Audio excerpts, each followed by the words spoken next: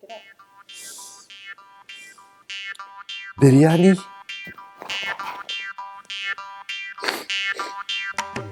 Biryani. Biryani. Biryani.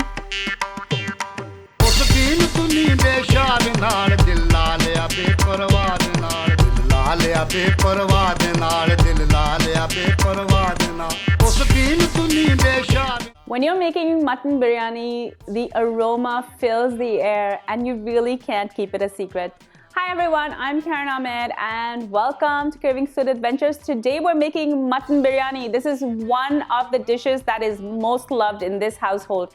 Now biryani can be made many different ways. I have so many different biryani recipes on my channel. But every biryani recipe is very different, and even the different states in India make biryani very different ways. Today I'm going to show you how to make a very simple mutton biryani that I have been making for years. This is actually how my mother made it, and I make it this way too. It's simple to follow. I hope you enjoy it. Mutton is basically sheep that's older than 2 years old. If you prefer to use lamb, you can use lamb for this recipe. You can even use goat. Some people feel like mutton, lamb, and goat have a very gamey smell, and I've heard that they soak it in milk overnight to remove that gaminess.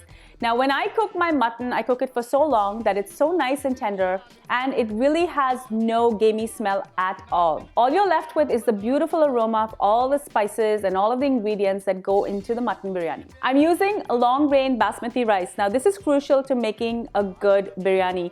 I like to soak my rice for at least 30 minutes to remove all of the excess starch, and I then wash it and drain it. I'm also going to use one of the ingredients that I use in a lot of my cooking, saffron. Now this is an exotic ingredient. It comes from Spain.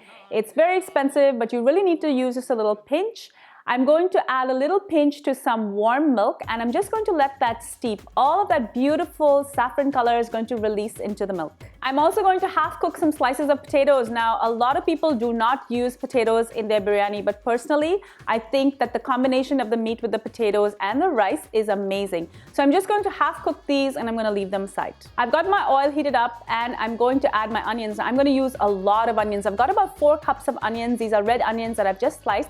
I'm going to throw that into the hot oil and I'm going to let this cook. Now I want it to get nice and golden brown. I'm going to add a little bit of salt and that's going to help caramelize the onions. I'm also going to add about a 1/4 cup of green chilies. I've just sliced these and I'm going to throw them in. When the onions are nice and golden brown, I'm going to take half of these out. And I'm also going to try and fish out as much of the chili as possible. With the rest of the onions that's still in the oil, I want this to brown even more because this is going to go on top of my biryani when it's finished as a garnish. I'm also going to add a handful of cashew nuts and almonds, and I'm going to saute these. Once the onions are nice and brown and my cashew nuts and almonds have a little bit of color too, I'm going to take these out and I'm going to leave it aside. I have some mutton here. This is about 2 pounds 8 ounces. It's roughly about a kilo of mutton, and I've already washed and drained this.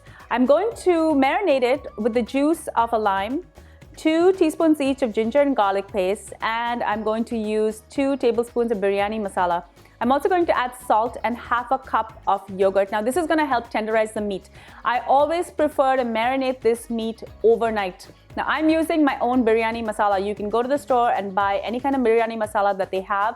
But the biryani masala that I use, I really love. It's a great combination of spices. I also use things like pomegranate seeds and prunes in my biryani masala. And this really helps to tenderize the meat. I'm going to add this marinated meat into the hot oil and I'm just going to get a little bit of color on both sides of the meat. I'm going to add 2 teaspoons each of ginger and garlic paste, and I'm going to add 2 more tablespoons of my biryani masala.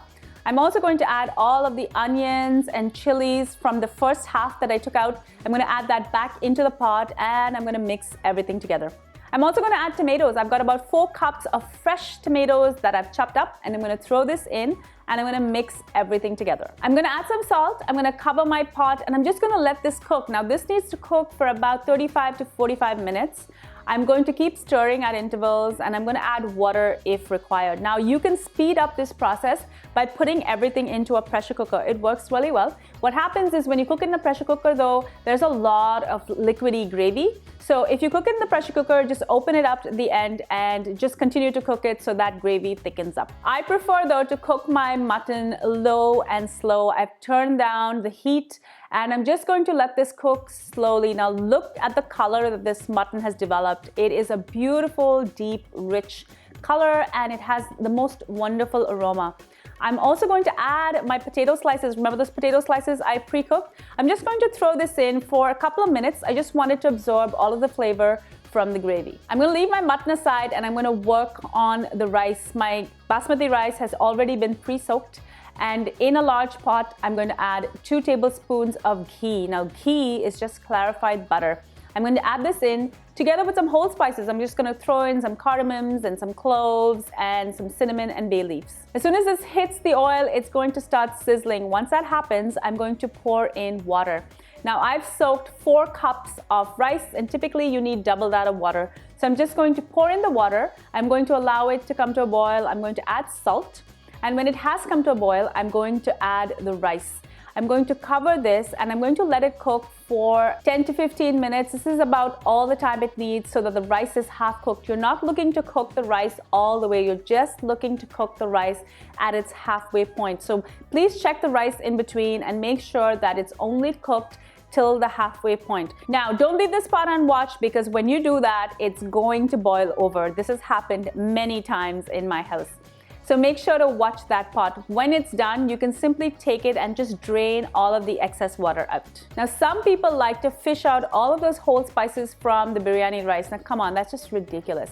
Those whole spices are going to add so much more flavor. We're not done with them yet. We're now ready for the fun part. We're gonna put this biryani together. I've already half cooked my rice.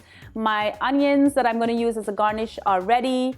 And my gravy is ready as well. Now I'm going to take a large pot. This is a very traditional pot that I inherited from my mother many years ago, and I love to make my biryani in it. It fits in my oven really well and it's perfect. I'm going to take half of the gravy and I'm going to place it in the bottom of this pot. And then I'm going to cover it with half of the rice. I've also got my saffron milk that I prepared earlier. I'm going to add some of that over the rice. And then I'm going to add another layer of gravy and my final layer of rice. And saffron milk, I'm going to use the fried onions and nuts that I prepared earlier, and I'm going to add this to the top of my rice. I'm also going to use some food coloring. Now, it's very typical in a biryani to see 1, 2, sometimes even 3 colors in your biryani. I'm using a food color that comes in a powder form. This is my favorite thing to use. I like to use an egg yellow, and I'm going to add it on top of my rice. Finally, I'm going to finish off with some eggs. I've got some boiled eggs and I've just halved these. This is how my mother used to make it, and I think the combination of the rice and the potato, the meat with the egg makes for a really delicious and wholesome meal. Finally, I'm going to cover it with some tin foil. Now, traditionally what they do is they put the lid on and they seal this with some dough. This creates the dum or the steam inside the biryani, which is going to continue to cook that rice that's only half cooked. But foil works just as well in the modern kitchen. I'm going to add my foil, I'm going to cover it with a lid, and then I'm going to put it in my oven. My oven has already preheated to 350 degrees, and this is going to cook for about 35 to 45 minutes. When the biryani is done, you'll know because the aroma is going to fill the kitchen. Once it's ready, I'm going to mix up all the rice, and when I serve this, I'm going to add some fresh coriander and mint right into my rice. And I always serve it with a side of raita. This biryani is delicious. Thank you so much for joining me on Cravings Food Adventures. I hope you enjoyed this recipe for mutton biryani. You can also make the same thing with chicken biryani if you want. Just follow the same process. Make sure that you're subscribed to my channel because I upload new videos every week. So you want to make sure that you're there, so you're the first to see it. Also hit that little bell button. That's going to make sure that it's going to notify you on your mobile device when I upload a new video. Also, follow me on all of my social channels. I have lots of behind the scenes footage that I upload to Facebook, Pinterest, Instagram, Twitter, and even Snapchat. Until I see you next time, do take care.